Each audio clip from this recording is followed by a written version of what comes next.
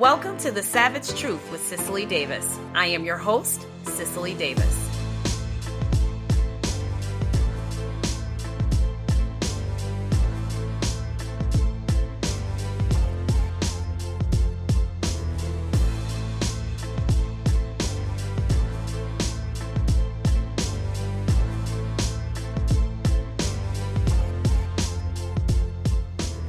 Well, no surprise here. It's case closed for the cocaine culprit at the White House as Secret Service closes its investigation without conducting interviews.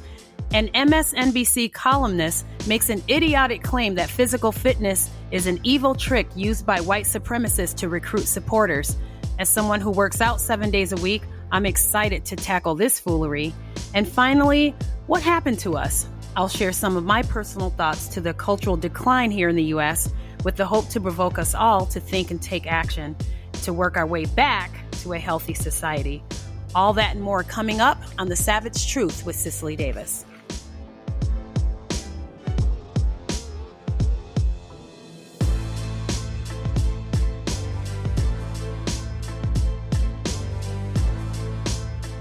You know, deciding to do a podcast, sharing my thoughts and my opinions and sharing bits and pieces of my life and offering my take on our culture in this climate today is truly one of the greatest challenges of my life. Yes, I was a congressional candidate in Minnesota's 5th Congressional District. Yes, in a district that was 19 plus blue leaning, where 6 out of the 10 voters were Democrats. Yes, in a district that hadn't voted or had a Republican congressman since 1963. And yes, I said congressman, and I'm not correcting it or taking it back. And yes, I spent countless hours dialing for dollars and soliciting donations and seeking financial support and challenging my opponent, Ilhan Omar, to countless debates to which she failed to respond. And I attended events and fundraisers, and I walked in every single parade in my district and some in others. And I attended all BPOUs and caucuses, and I appealed to delegates and prepped for the congressional convention. And I even got prepared, really prepared for the big state convention. And still, this broadcast is a greater challenge because as a candidate, you learn that all your thoughts should not be shared. Right? Because it's really truly about what you can and will do for the people in which you're trying to serve and for your district. It's not about your personal agenda. Someone should tell a lot of the candidates there in Washington. And while the broadcast, however, it's a personal decision. It's literally a decision to share your thoughts and to truly do so, to share your thoughts truly and genuinely in spite of who may or may not agree for the sake of evoking conversation and thought. And most importantly for me, to evoke action, to be and to make change. So it's been a true honor. It's been really great. So before we get started, I'm going to say what I always say and make that ask. Please subscribe and share and leave a positive review so that we can continue to do this and make this podcast about really, truly taking action and getting our society back. So with that being said, let's get into it. So this cocaine fiasco at the Biden White House. So you all know the Secret Service announced it has closed the investigation into this ridiculous cocaine into the White House. Who indeed left the cocaine? Apparently, we will never know. There was a small packet of cocaine, as you know, left, an illegal substance, mind you, in the White House. And they found no culprit. Guess we'll never know. A spokesman for the agency, this highly effective, protective, qualified, resource-rich agency, said they closed the investigation without conducting any interviews, right? So these are supposed to be the most skilled service people of the country, right? Highly skilled in protection and surveillance, and knowing the ins and outs of the White House to keep it safe and protect it from internal and external threats. Now, keep in mind, that we had a lot of people weighing in on this, of course. Dan Bongino, he tweeted something. Now, Dan Bongino, remind everyone, is a former Secret Service agent himself. And he tweeted this: there's absolutely zero chance any other than a family member brought that cocaine inside the White House complex. No chance that it would make it past the MAG security checkpoints. Family bypasses those. Now, folks, you're going to have to make a decision for yourself in this moment. You're going to have to decide who and what to believe in this case. Do you want to believe Dan Bongino and your common sense instincts and what they tell you? Or do you want to believe this crack cocaine, Burisma, corn pop, you ain't black, God save the queen, come on, man, administration and what they report?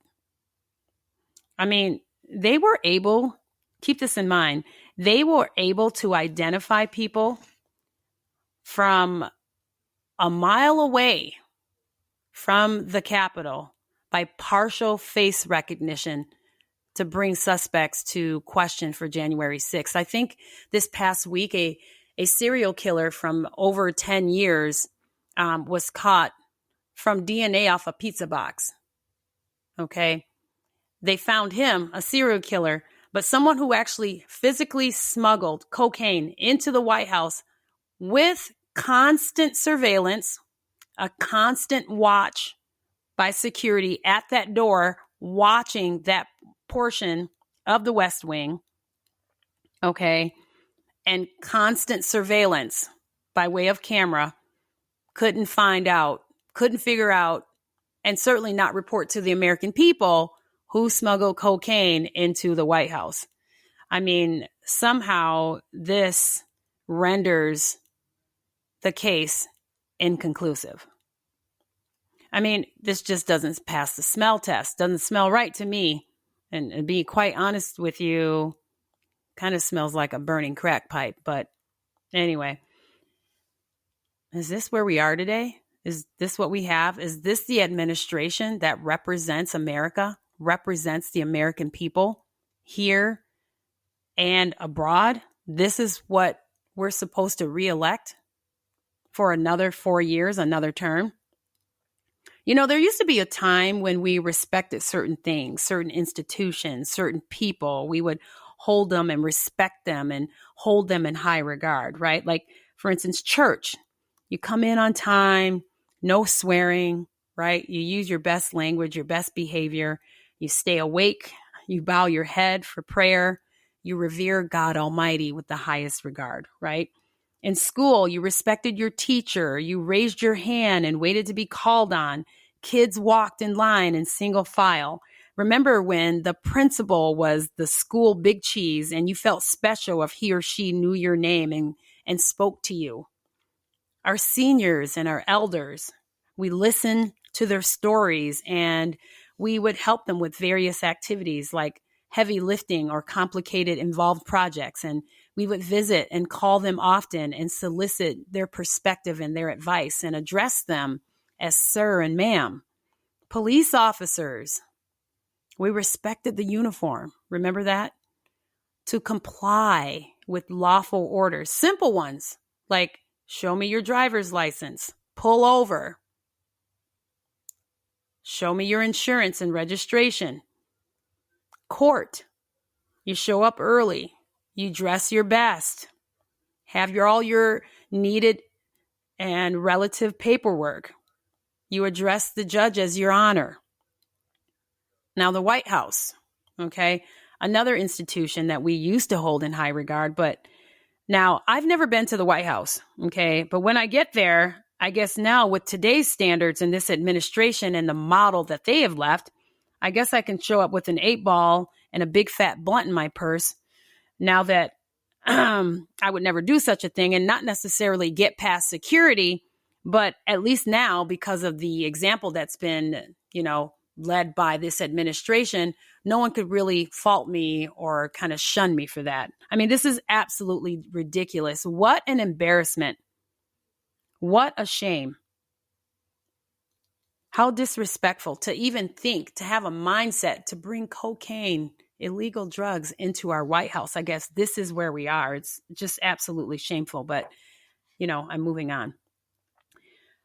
So this next one is really about something that MSNBC actually made a decision to re-engage in. It's referring to an article that was actually written in March of 2022. And this one's interesting. I mean, any network that keeps Al Sharpton on as a significant voice and personality, this shouldn't surprise anyone that this noxious BS would come up, something like this. But I think it's very, very relative to this past weekend when Donald Trump got a standing ovation at the White House. But anyway, so not sure if you all heard about this, but MSNBC columnist by the name of Cynthia Miller Idris, who is a frequent columnist and contributor to CNN and MSNBC, New York Times, The Hill, Washington Post, and so on, is also a professor and serves on the International Advisory Board of the Center for Research on Extremism, otherwise known as CREX, in Oslo and in Norway. According to an article by Daily Wire, in a claim made in March of 2022, referencing Adolf Hitler, that physical fitness is an evil trick used by white supremacists to recruit supporters. Now, the reason that this is resurfacing is what I mentioned before, is because MSNBC retweeted from that article last Monday that the far right has taken advantage of pandemic at-home fitness trends to expand its decade-plus radicalization of physical mixed martial arts, MMA, and combat sports spaces. Now, we had various people just kind of weigh in on this because this notion is absolutely ridiculous. And people are just basically laughing at this. Like, really? Are you serious? Elon Musk and Joe Rogan were probably the most recognizable voices because they had maybe the strongest reactions. And they both weighed in on Twitter on this. Musk wrote, MSNBC thinks you're a Nazi if you work out. LMAOOO. Adding that parody and reality are becoming indistinguishable. And Joe Rogan tweeted, being healthy is far right, wholly, I will say, exploitive, beginning with an F. But basically, everyone just recognizing that this is absolutely ridiculous, particularly people like a Joe Rogan, who is a fitness fanatic. Of course, this would not rub them the right way. And same with me. So Miller Idris declared that new recruits to the far right movement are lured with health tips and strategies for positive physical changes. And she goes on to say that researchers say that recruits are then invited to closed chat groups. She cites Hitler's Mein Kampf, saying that the dictator's writings showed he was fixated on boxing and jiu-jitsu, believing they could help him create an army of millions whose aggressive spirit and impeccably trained bodies combined with fanatical love of the fatherland. And I quote, the intersex of extremism and fitness leans into a shared obsession with the male body, training, masculinity, testosterone, strength, and competition. And she also goes on to state, physical fitness training, especially in combat sports, appeals to the far right for many reasons.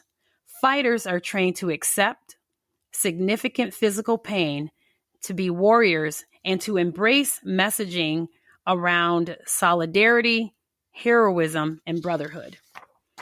It's championed as a tool to help fight the coming race war and the street battles that will precede it.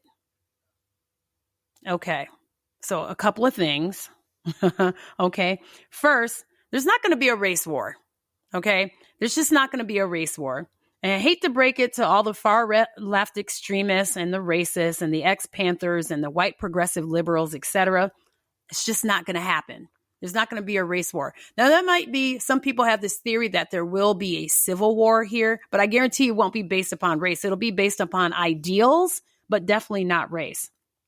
And besides, if there were, You're going to want to be on the right side. You're going to want to be on the right side, and you're going to want to be on the right side, respectively, conservative, Republican.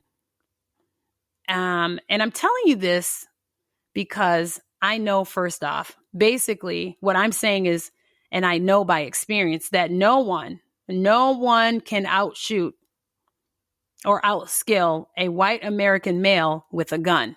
Okay. I'm married to one. Maybe there are some gangsters out there, some gang members out there that think they have some skills because of the violence they know or because of the violence they've seen or maybe a lot of the violence they've committed. But I guarantee you, especially in the case of a country, rural-bred white man, is unmatched. He's unmatched when it comes to gun skills. First of all, they would die before they even part with their guns, okay? They just as soon die than give up or part with their guns. And second, they've had guns at a very, very, very young age, okay? And ask any hunter, ask any hunting man when he first held or owned or fired a gun, and I guarantee you he'll give you a very young age when they've been exposed to them. I mean, they essentially went from their mother's breast to firing a gun, and not necessarily in that order, okay? But I'm just saying, seriously, don't hope for a race war. And I just guarantee you that side, any side that believes in the Second Amendment and has the equipment and the mindset and the skill set to back it up, that side wins, period. And I'm on their side. Okay. So there's just not going to be this whole notion of a race war. It's going to be because of ideals and just a serious fight to maintain our republic. Okay. So it's going to be about ideologues. It's certainly not going to be race because there is no racism in this country. You have to just let it go. By the way, those people that I described, okay, those hunters, those people who, have guns, lots of guns, they hunt and, kind of that person that's just dealt with guns their whole lives. These, by the way, in my experience, are also the most respectful and the safest when it comes to gun laws and gun safety. That's been my experience. My husband with my son and their friends and others that I know, they are respectful to the gun laws. They're also very, very respectful when it comes to gun safety. And so I just wanted to make sure that I put that out there. That's really important. But second, I'm trying to go back to what she was referring to in that article. Share obsession with the male body. Obsession with the male body. Training, masculinity, testosterone, strength and competition, men who can endure significant physical pain. They're warriors. They embrace messaging around solidarity, heroism, and brotherhood. Okay. Here's what I have to say to that. Sign me up. Sign me up for that. I mean, she's talking about me. She's referring to people like me. Okay. I like men who are obsessed with the male body and who are physical and who can endure high bouts of physical pain, right? They believe in and embrace messaging around solidarity and heroism and brotherhood. Okay. Let me go on record as a girly, stiletto wearing, lipstick and flawless diamond loving red-blooded American female. That sounds good to me. As a matter of fact, that's the kind of man I'm married to. And I hope that there are other women out there married to that kind of guy as well, or at least seeking to date that kind of guy. That's the kind of guy you want. That's the kind of man who built and laid the foundation for this amazing country. It's the kind of man who leads his household and he protects and serves in our streets here at home and in the military and in service to our country. It's a strong, healthy, red-blooded American male and we need more of them. Okay. Let me go on record. We need more of that guy that she's describing. Personally, I work out 7 days a week. Okay. I work out 7 days a week. I'm a runner. I love being physical. And when I want to switch it up, sometimes I'll do a HIIT cardio and some kind of combination of cardio and lifting. But I'm a 7-day-a-week person who I work out 7 days a week. I'm very physical that way. I just believe. And working out for me is a personal standard. It's to care for and to hold my health and my life in high regard, because without your health, your life is of very poor quality.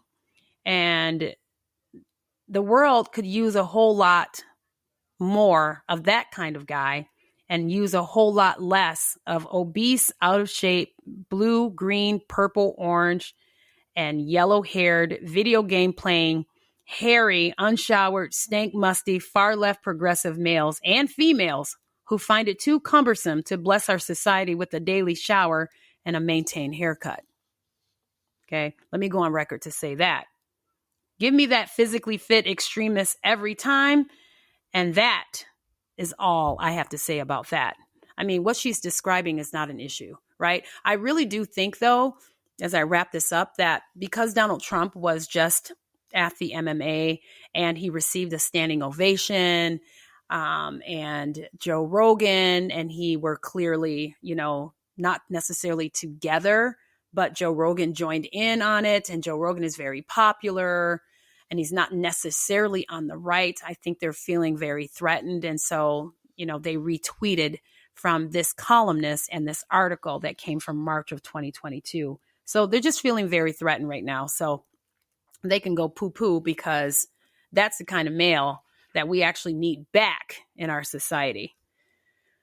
And finally, as I mentioned, everyone, I kind of thought about some things. I was just in conversation, someone struck up a conversation that was basically, as you know, every generation tends to talk about the previous generation as if they're worse off than they. The generation you in is obviously better than the one that's underneath and things like that. So someone kind of asked this question, and I was talking in a group of kind of what happened to us, or how did they get this way, right? The next generation. And so, it's kind of a question, and it's kind of put me into this kind of deep thought. And I wanted to end it with this. And it's called, or at least in my head, it was past the point of reason. Okay. Past the point of reason. I just have some questions to evoke some thought, and maybe you'll pass this on in conversation, or think about this yourself, or think about what I'm about to say and see if you identify in any way or know someone who sounds like this. If you're maybe someone who's like this, or have done this, or participate in this, or remember some of these things, or maybe it's nostalgic for you where you can kind of think back and remember. But I just want to take you on this and kind of get you to question what happened to us, and are we past the point of reason? And that's how I want to start. Like, what happened to us? And I really am asking. I honestly don't know, and I wish I did. Then the solutions would be easier to find. But I'm going to give you some things to just think about today, some ideas that may help explain a theory, or at least a theory that I have. I would offer to pinpoint the exact date that America changed in my mind. And that date is September 11th, 2001.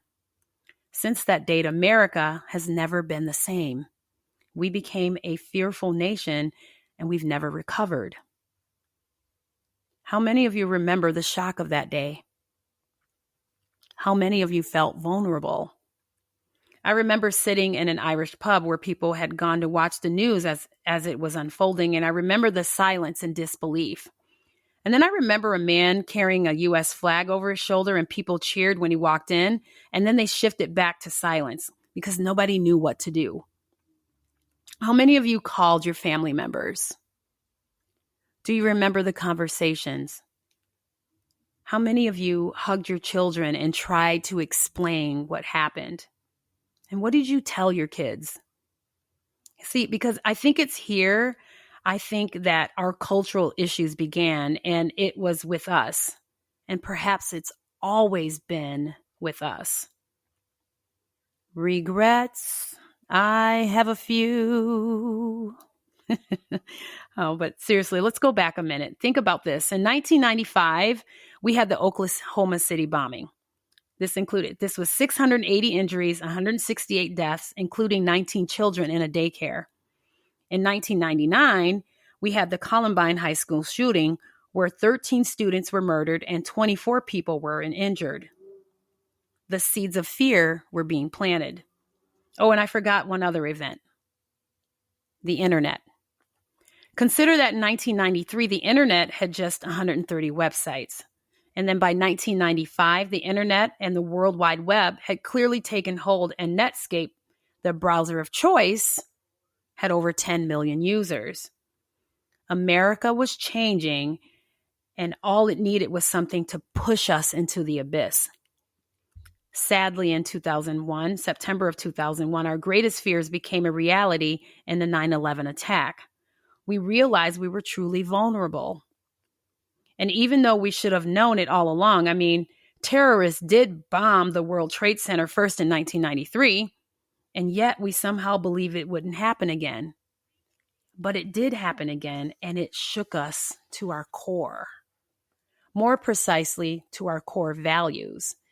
We questioned our place in the world. Our position as a world power seemed in jeopardy. We were under attack by an enemy that we couldn't easily identify. We were being hated for our very own belief system, and we became fearful. And we began to control and protect what was closest to us, our children. And here is where we may have failed. Okay, now before you get defensive, I know the point I'm trying to make doesn't necessarily apply to everyone. Maybe. Some of you took to heart the 2002 Toby Keith song, courtesy of the Red, White, and Blue, and raised your kids right. You remember the lines: America girls and American guys will always stand up and salute. We'll always recognize when we see Old Glory flying. There's a lot of men dead, so we can sleep in peace at night when we lay down our head. This was a song from Toby Keith's heart, and it made a lot of Americans proud. I felt proud when I first heard it. It was a song that made you want to fight. The song was labeled as controversial, and Toby Keith didn't give a damn.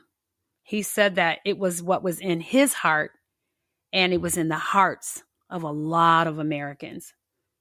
But not everyone felt the same way. Some felt the song promoted more hate.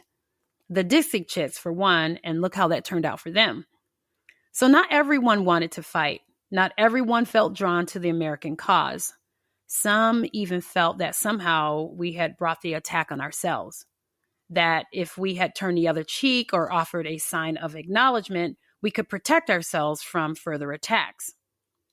We became fearful. So what I'm saying is that with that fear of the unknown, people began to protect and isolate their children, to hold them free from the harms of the world. We specifically took the human experience and made it into something that had to be controlled instead of it being an organic experience. We wanted to control outcomes to protect our children from emotional distress. However, in our efforts to do so, we created fragile souls. We have made them unable to navigate the realities of living, like expecting a glass house to survive a hurricane. Not only are they ill-equipped to survive the trauma of life, they're also less able to rebuild and grow from that trauma. We raised our children in a cocoon to protect them from our own fear of the unknown.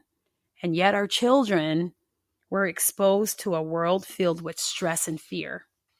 Abductions, school shootings, bullying, sexual assault, fear of being homeless. Let's not ignore the Great Recession of 2007 through 2009. By 2010, 4 million Americans had lost homes to foreclosure and 8 million jobs were lost. The stress on American families hadn't been this high since World War II. Does any of this strike a chord with you? If you were working class or small business owner, these were terrifying times. There were no bailouts for small businesses. There was no relief payments like there were during the COVID pandemic. American families were on their own and millions lost everything. As middle American families were being erased, we began parenting in fear. Millions of parents began trying to save their children from the knowledge of failure. Overindulgence became commonplace, making sure our children were always in a comfortable or protective environment, and not setting proper parental-child boundaries became the norm. Many children ended up with a best friend and not a parent. Our own deep desire to believe we could control the outcome removed our children's ability to rationally reason and fully navigate in the natural world.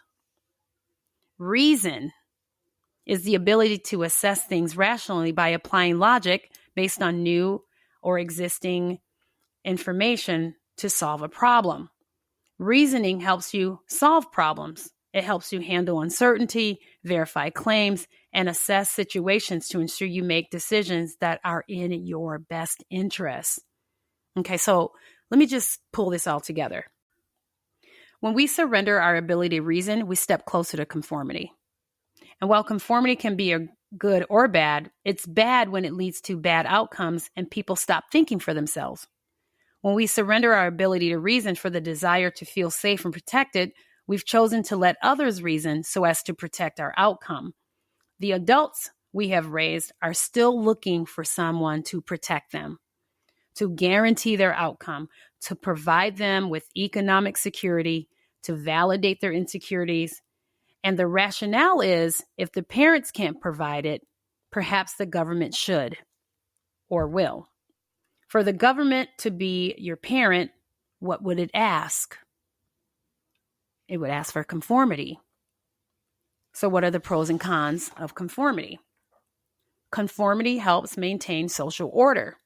It facilitates cooperation and it reduces conflict. For example, being quiet in a library and disposing of trash and waiting in line and standing for the anthem are examples of positive conformity.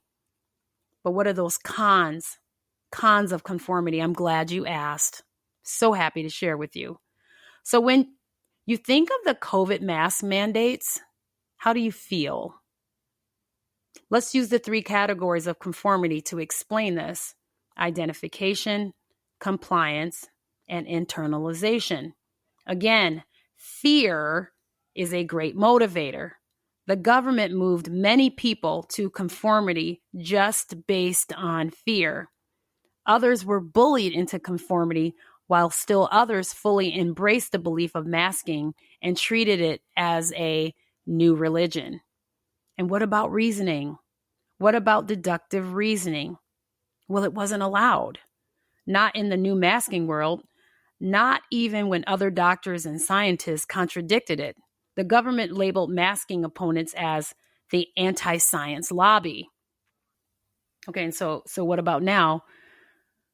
Now that we know that masking had little to no impact on COVID transmission, and despite the CDC's admitted mistake to their scientific evidence for masking, still some deny to this day the truth, largely because the CDC has been reluctant to admit it itself. The phrase "follow the science" was just a threat to a larger lie. It's an example of coerced conformity. So this example exposes the negative aspects of conformity in society, that it restricts personal freedom, may lead to groupthink, and can lead to negative outcomes, and no one is allowed to speak out or is threatened when they do so.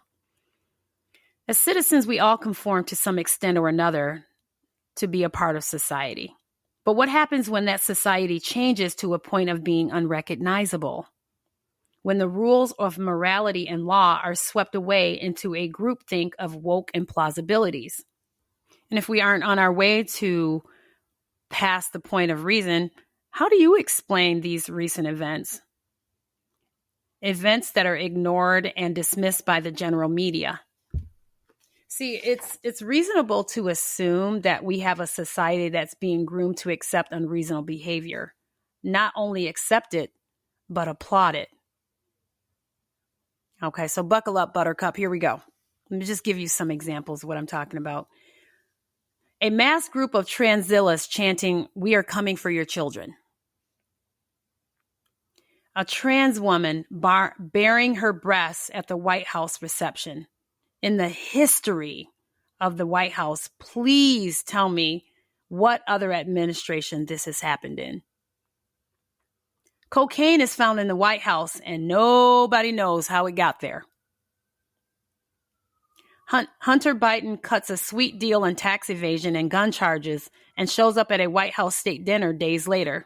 And this was just a big FU to the American people. And I kept waiting for the outrage. Crickets. California Reparations Committee seeks $600 billion in compensation.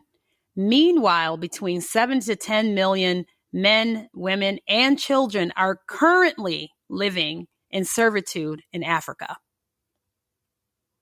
Portland defunded the police to the tune of $15 million, legalized most drug possession, and experienced a surge in murder and overdoses. Who indeed could have ever seen that coming? Now, Chicago reports murder rates are down 9% from 2022.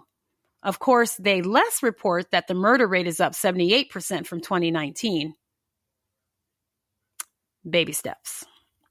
Jeffrey Epstein's list of clients is still largely a mystery. The day that they're released, I'm sure we'll have an alien sighting.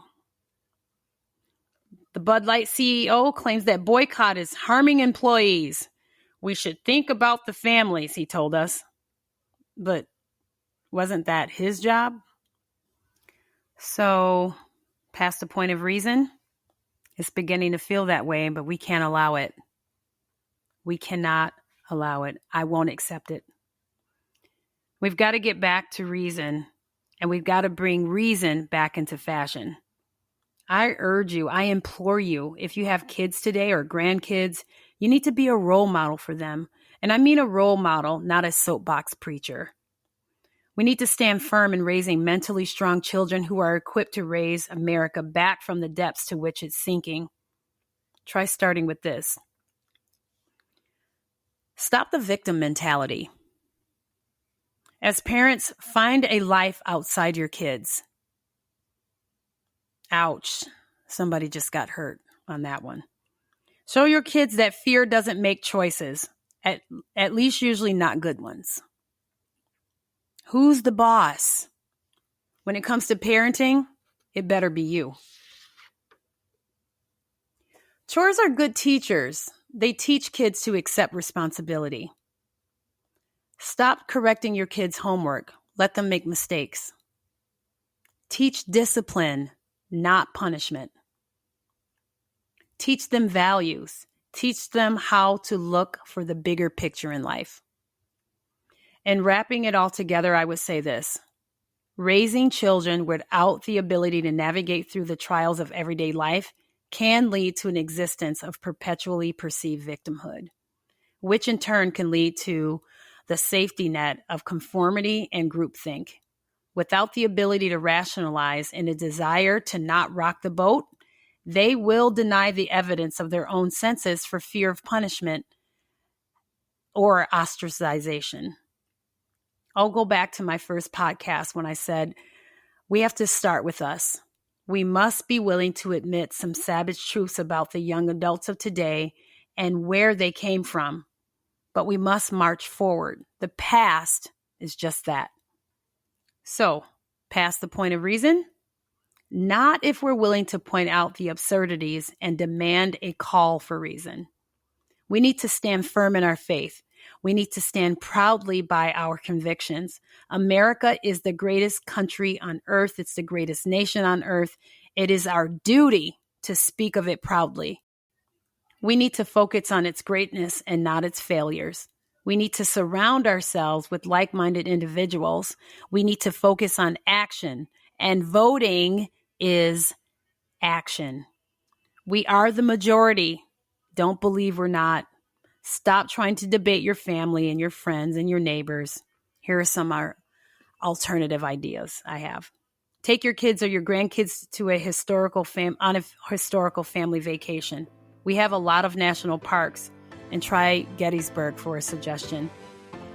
Buy or loan someone a book on George Washington, George S. Patton, or Davy Crockett, or Daniel Boone, or Abraham Lincoln. Give them a reason to believe in America again. I assure you, they are more likely to read it than they are to listen to you. Like it or not, that's a savage truth. I leave you with this quote from General George S. Patton. Moral courage is the most valuable and usually the most absent characteristic in men. So with that, I say, be bold, be strong, be patriotic, and be true. Please like and share and subscribe and leave a positive review. And until next time, everyone, thank you for listening. I'm Cicely Davis.